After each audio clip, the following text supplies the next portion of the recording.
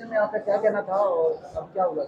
देखिए, आज बेल जो ग्रांट हुई है 4 मुलजिमों को, उनमें से जो एक बेल मुलजिम ज़हीर को ग्रांट हुई है, उसको रद्द कैंसिल करने की दरख्वास्त की आज समाअत थी।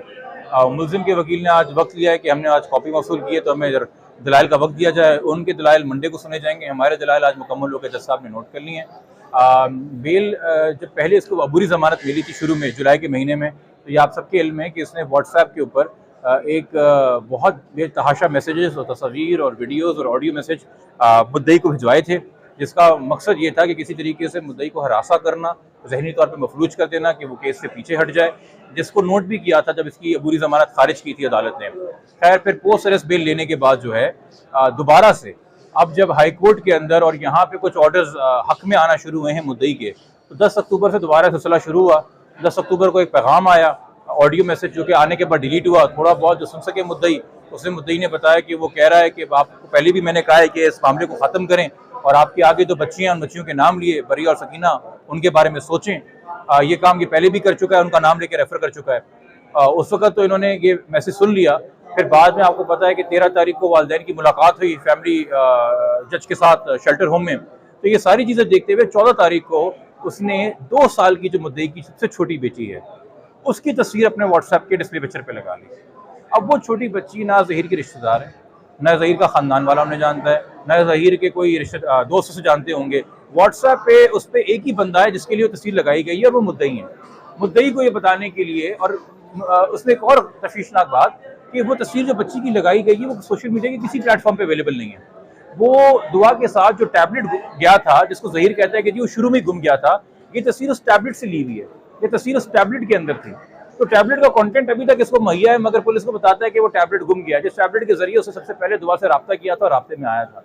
तो ये सारी चीज़ें जो हैं, दोबारा से एक बाप आपको पता है कौन कौन से लीगल बैटल्स हमने लड़े हैं कि जो बड़ी इसमें विक्टिम है, उसकी तस्वीर, उसकी शक्ल जहाँ जहाँ इंटरनेट के ऊपर हैं, वो रिमूव कराई जाए।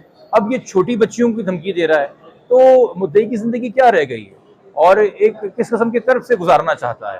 तो हम ठीक है, हम वकील हैं, अदालतें हैं मदद करने के लिए, मगर ये जो मामला होते हैं रिलेटेड आपकी रेप्यूट से, आपकी तकद्दुस से, या आपकी फैमिली की प्रिवेसी से, या जो हम जिसको चद्दर और चार दीवारी कहते हैं, या घर का जो क्या कहते हैं वो एक प्रिवेसी होती है, उसको जब आप वायलेट करते हैं तो उसका ट्रॉमा या जो उसके आफ्टर इफेक्ट्स हैं वो आपको एक सोशल बैकलैश मिलता है। आपको लोग धुतकारते हैं, आपके लोगों को तरह तरह की बातें करते हैं, और पता नहीं किन किन को लोगों को बिठा के ऑनलाइन के बारे में ऑलरेडी बातें क्या क्या की जा चुकी हैं। तो ये पहले भी ऑडियो मैसेज भेज चुका है कि दोबारा ये हरकत कर रहा है। हमारा काम था अदालत को बताना। हमने कोई इसकी बेल कैंसिलेशन सुप्रीम कोर्ट में या हाई कोर्ट में पहले फाइल नहीं की। हम कोई इस बजद नहीं थे कि बस इसको हमने जेल में ही देखना है, इसको जेल में सड़ता देखना है, हर हाल में इसकी बेल कैंसिल करनी है। हम सिंपल एविडेंस के साथ और कोर्ट के साथ आगे चल रहे थे और ट्रायल की तरफ फोकस कर रहे थे। इसने वायलेट की अपनी बेल, इसने राब्ता किया खुद से, इसने तस्वीर अपलोड की, इसने वो पहल की, जिसके बाद हम मजबूर हुए कि हम अदालत को आगे आगाह करें कि बेल कैंसिलेशन मिसयूज कर रहा है, जिसपे अदालत पाबंद होती है कि वो बेल अगर कंफर्म्ड है इस बात से कि ये मिसयूज के जुमरे में आता है, ये परसुएशन के कि मुद्दई को परसुएट किया जा रहा है कि इससे पीछे हट जाओ, उसके जुमरे में आता है, तो बेल खारिज कर सकती है। तो ये हमारे दलाइल थे आज, और मंडे को मुलजिम का वकील आके अपने दलाइल देगा। देखिए, लग रहा क्या है, इसका जवाब मैंने पहले भी कभी नहीं दिया है, मैं आज भी इस पे नहीं दूंगा। ये हमारा काम होता है दलाइल देना, चीजें अदालत के सामने रख देना, फिर ये अदालत की सौंप दी। ऐसा एविडेंस है कि देखिए, आप अपने आप को रख के देखिए कि अगर किसी इंसान ने आपकी 13 साल की बच्ची को अगवा की हो, या आपका मौक़िफ़ हो, तो बच्ची को अगवा के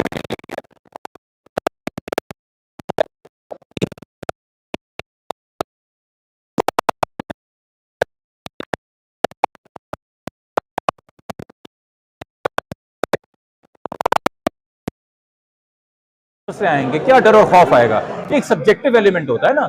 जिस तरह कुछ केसेस के अंदर मुझे अगर कोई कराची शहर में कोई सरदार या कोई वडेरा आके बोले कि भाई देख लो अगर हमारे खिलाफ केस किया तो शायद उसका मुझे इतना असर ना हो। मगर अगर मैं उसी कबीले का हूँ और मैं उस गांव में रहता हूँ और मैं उसकी जमीनों पे काम करता हूँ, उसका मोहताज हूँ, और मुझे वो यही जुमला बोले कि देख लो भाई फिर आगे क्या करना है, तो उसका खौफ और होगा। तो ये चीजें विटनेसेस के हवाले से सब्जेक्टिव होती हैं। इन हालात में ये बच्ची के बाप हैं, आप नहीं है, मैं नहीं हूँ, जज साहब नहीं है। हमें अपने आप को बच्ची के बाप की जगह पे रख के सोचना है कि क्या ये मेरे लिए थ्रेट है कि नहीं है। जिन्होंने भाई एक आखिरी सवाल है कि ज़हीर को अभी भी पुलिस की सिक्योरिटी मुयस्सर है, मतलब पुलिस की सिक्योरिटी में होता है।